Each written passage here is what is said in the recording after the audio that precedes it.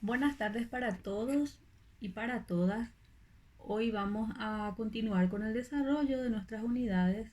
Ya no le vamos a llamar unidad número tanto, sino directamente tarea número 8, porque lo que yo hice fue seleccionar cada uno de los temas más importantes de las diferentes unidades que nos restan para poder culminar con el desarrollo de nuestro programa de estudios y dado el factor tiempo, entonces yo decidí hacer esto. Bueno, hoy vamos a hablar primeramente del tema denominado momentos de la imposición.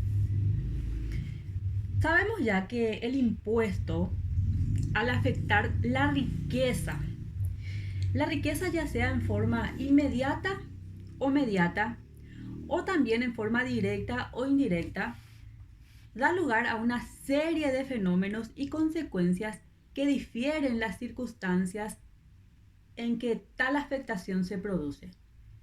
Se hace así necesario discriminar cuáles son los momentos de la imposición y cuál es la naturaleza e importancia de cada uno de ellos. Cada uno de estos momentos son los que tenemos ahí en pantalla.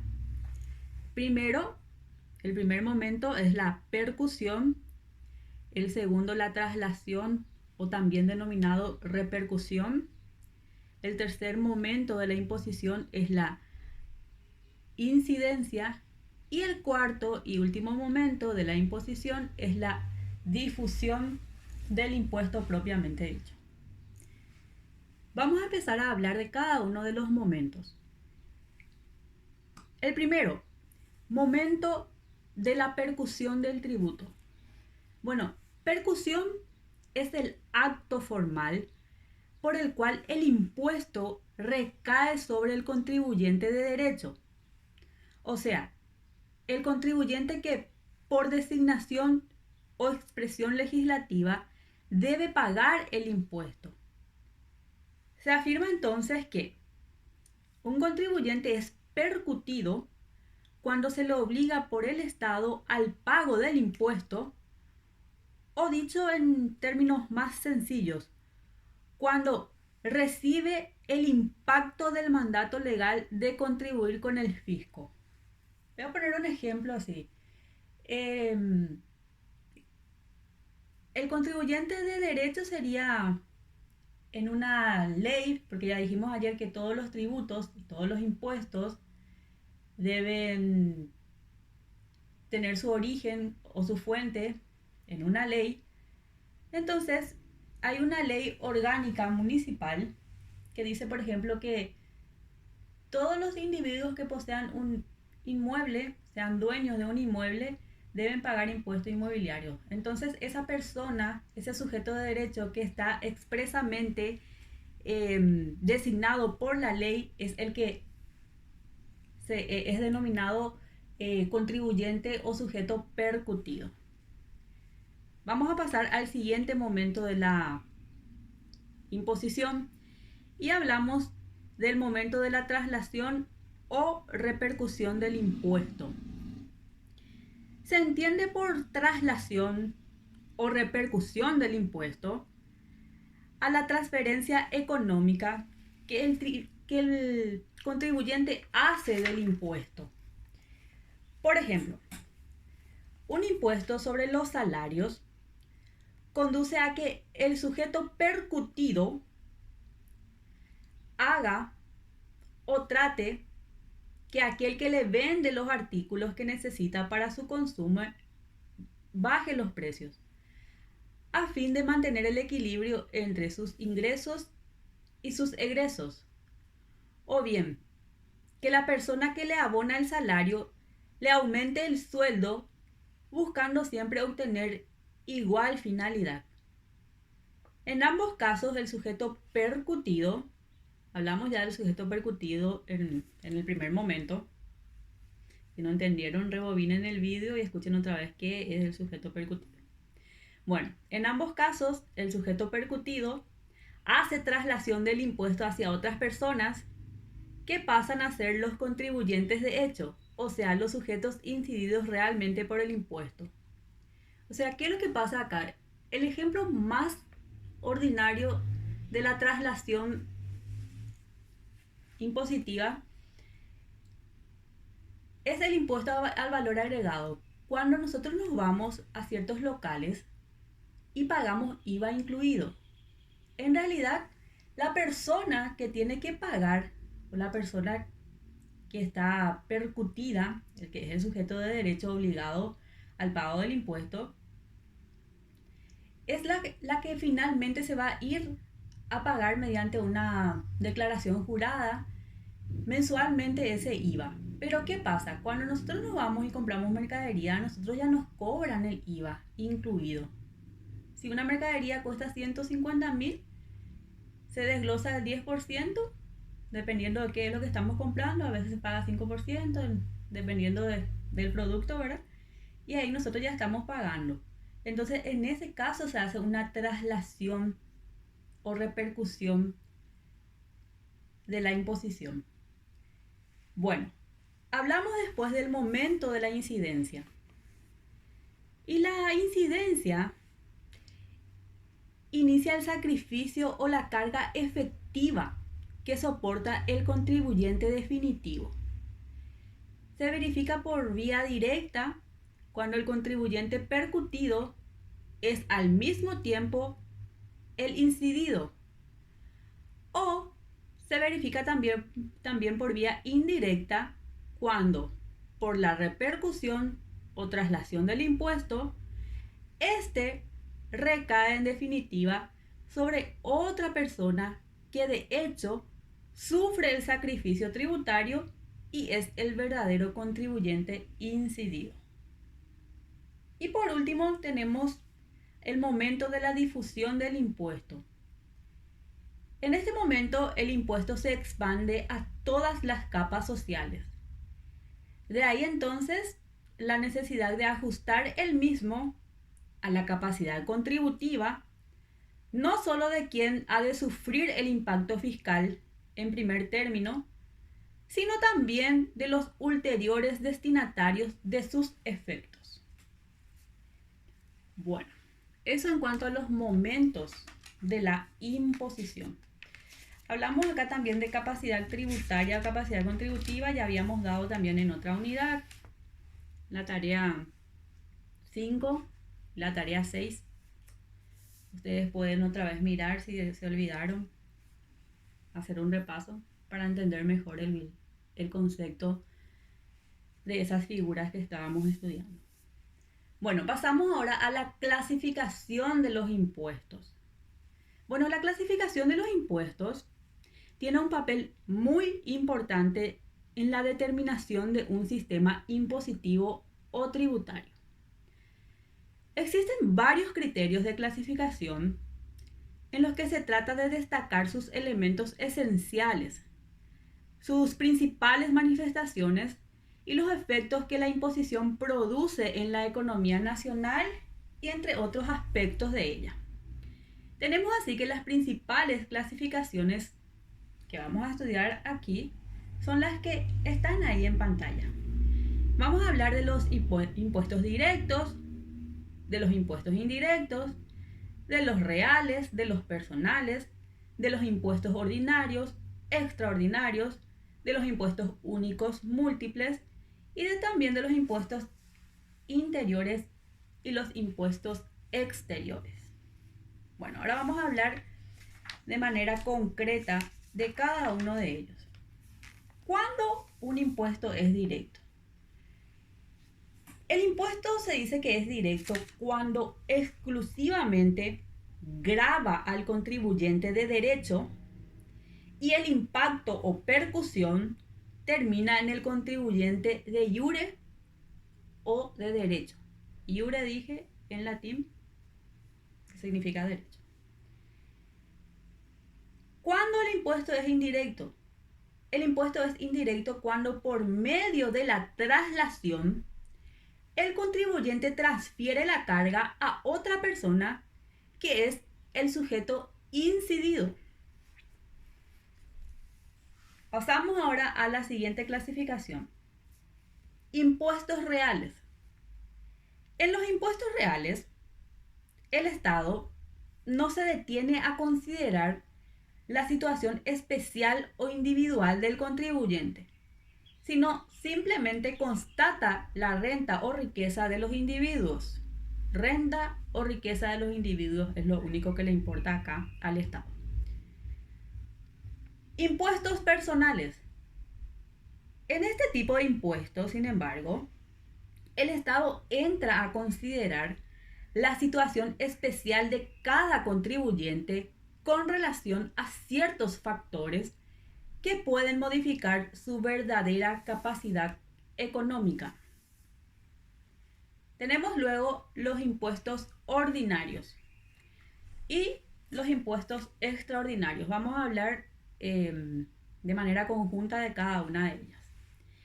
Tenemos que como norma general, todos los impuestos que contemplan las legislaciones tienen el carácter de ordinarios, ya que los impuestos gravan únicamente la renta y solo en circunstancias excepcionales dentro del régimen económico en que vivimos se entra a gravar también el capital.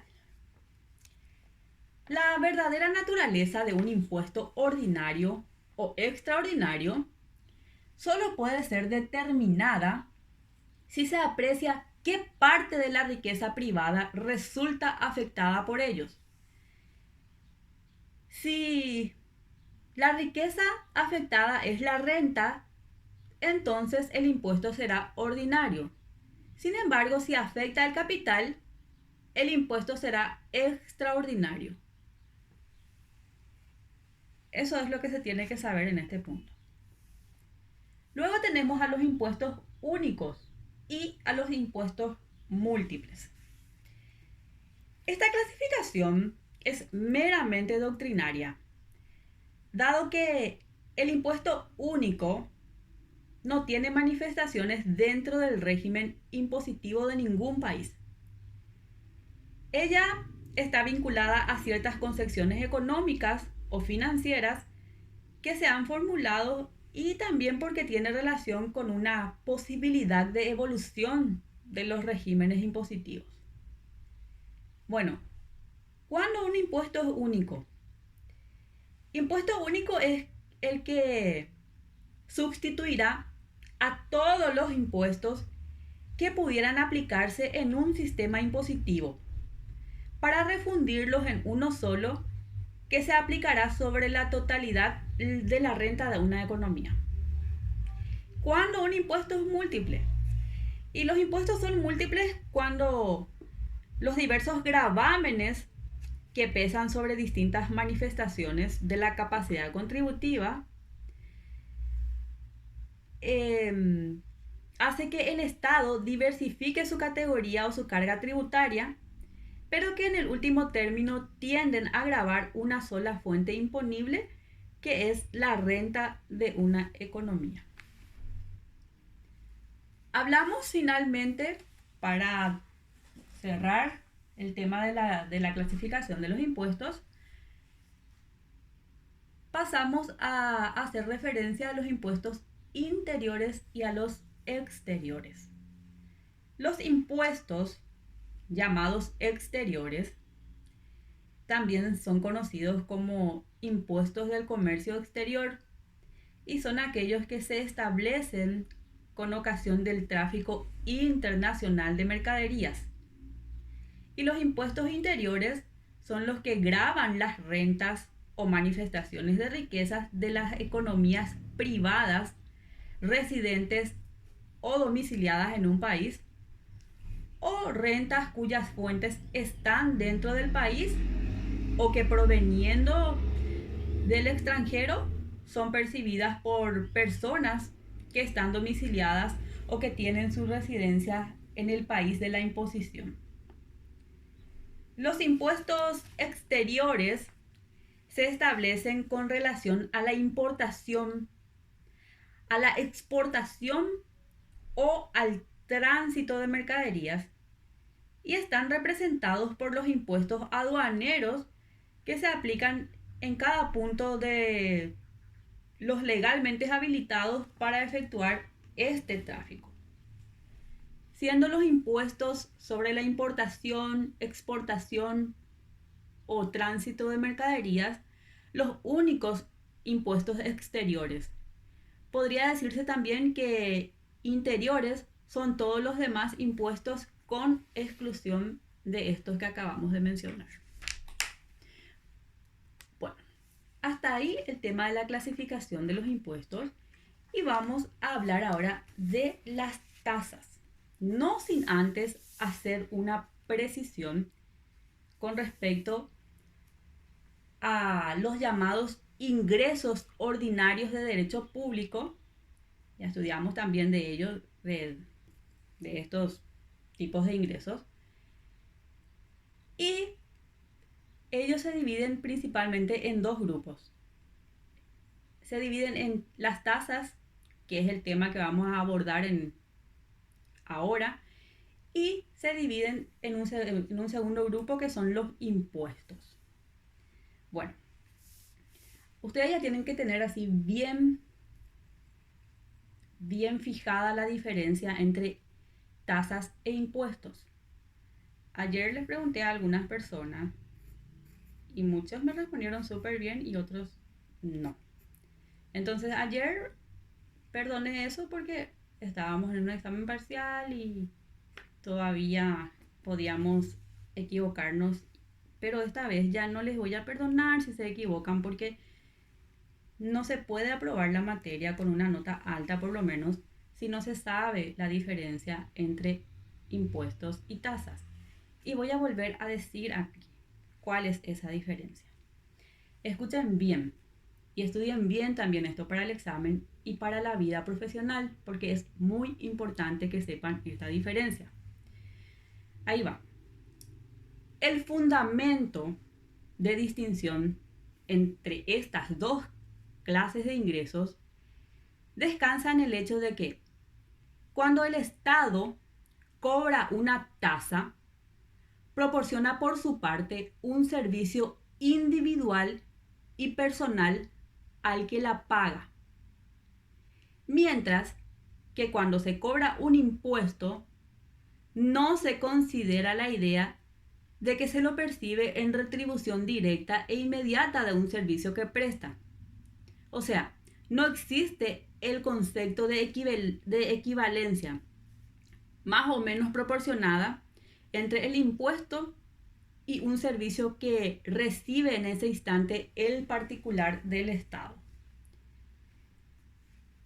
El impuesto aparece, en cambio, como una carga general que impone el Estado a quien tiene o en quien presume capacidad contributiva destinada al financiamiento de sus servicios públicos.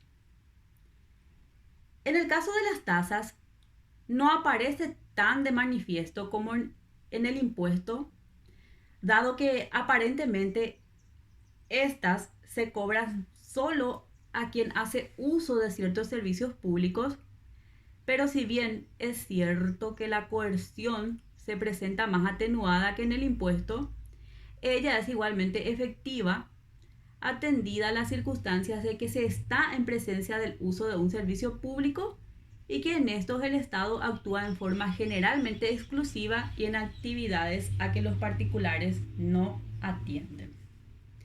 Bueno, voy a decir en castellano ahora. ¿Qué es lo que pasa? En las tasas existe una contraprestación de forma directa e inmediata de parte del Estado para con el contribuyente cuando se va y paga su tributo. Porque no olvidemos que la clasificación de los tributos es justamente el que se subdivide en impuestos, tasas y contribuciones. Sin embargo, cuando el contribuyente paga su tributo, que se denomina impuesto, no existe una contraprestación de forma directa e inmediata por parte del Estado, sino más bien es una contraprestación indirecta y de forma inmediata. ¿Por qué? Porque no estás recibiendo ningún servicio público de forma directa por parte del Estado. Bueno, esa es la diferencia entre estos dos tipos de ingresos ordinarios de derecho público.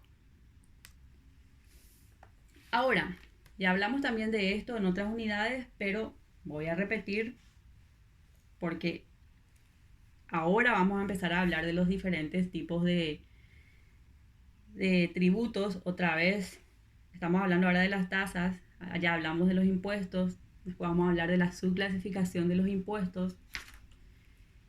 Entonces, no podemos dejar de referirnos al concepto de tributo. Y los tributos son las prestaciones en dinero que el Estado y otros organismos de derecho público exigen en forma unilateral en razón de su propio poder para satisfacer necesidades económicas o no a las personas que se encuentran en las circunstancias previstas en la ley. ¿Por qué dice necesidades económicas o no? Porque cualquier tipo de necesidades tiene que satisfacer con esa contraprestación en dinero que el Estado está recibiendo de los contribuyentes. Pasamos ahora a la definición de tasas. Se define la tasa como la prestación pecuniaria que el Estado exige a quien hace uso actual de ciertos servicios públicos. Y en esta definición encontramos tres elementos, o sea, los elementos de las tasas. Un primer elemento que es el uso actual de un servicio público. El segundo, un pago del particular al Estado de una suma de dinero por este uso. Y tercero, la idea de que solamente en ciertos servicios públicos se cobran tasas. Esos son los elementos de las tasas. Ahora, ¿cuáles son los criterios para fijar las tasas? Para fijar las tasas del Estado se deben aplicar concretamente dos tipos de criterios. Uno, que es el criterio de carácter social, y otro, el de carácter financiero.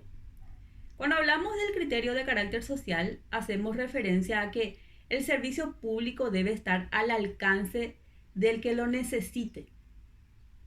Y hacemos alusión al de carácter financiero cuando decimos que una parte del costo del servicio debe ser financiado por toda la colectividad a través de los impuestos, por ser ella consumidora eventual. Ahora, ¿cuál es el sistema de recaudación de las tasas? En la recaudación de estos ingresos se emplean diversos procedimientos, según sea la naturaleza del servicio de que se trata. Tenemos tres sistemas de recaudación, por lo menos en nuestro país. El primero, que es que en algunos se exige el pago de la tasa en forma directa e inmediata de quien recurre a él. Por ejemplo, las tasas portuarias, las tasas de servicio de correo, las tasas aeroportuarias, las tasas de peajes. Un segundo sistema de recaudación de las tasas es aquella en la que son los propios funcionarios encargados de esos servicios los que recaudan del público el valor de las tasas, como el caso de las tasas municipales. Por ejemplo, el sistema de servicio de recolección de basura o de repente barrido de calles o pago de habilitaciones de vehículos, entre otros. Y por último, se usa un sistema indirecto de estampillas, timbres o papeles con el sello del Estado que deben ser utilizados en el momento en que se presta el servicio. Eso en cuanto al sistema de recaudación de tasas. Ahora, y para finalizar, vamos a hacer referencia a los servicios públicos costeados por tasas en el Paraguay. Yo cité algunos que tienen ahí en pantalla y son, por ejemplo, alumbrado público a cargo de la ANDE, las tasas municipales como limpiezas de calles y recolección de basuras, chapas numeradas para vehículos y casas también, la numeración de casas, limpieza de cementerios, contratación de pesas y medidas, tasas de pago de habilitación vehicular y varios otros que tienen que ver con las tasas municipales. Luego tenemos también las tasas judiciales que se pagan cuando va a haber un pleito en estrados judiciales propiamente dicho. Las tasas de peaje que cobra el Ministerio de Obras Públicas y Comunicaciones. Después tenemos también las tasas percibidas por el Ministerio de Relaciones Exteriores, como por ejemplo la expedición de pasaportes y pasaportes oficiales y diplomáticos, así como su renovación o también su prórroga.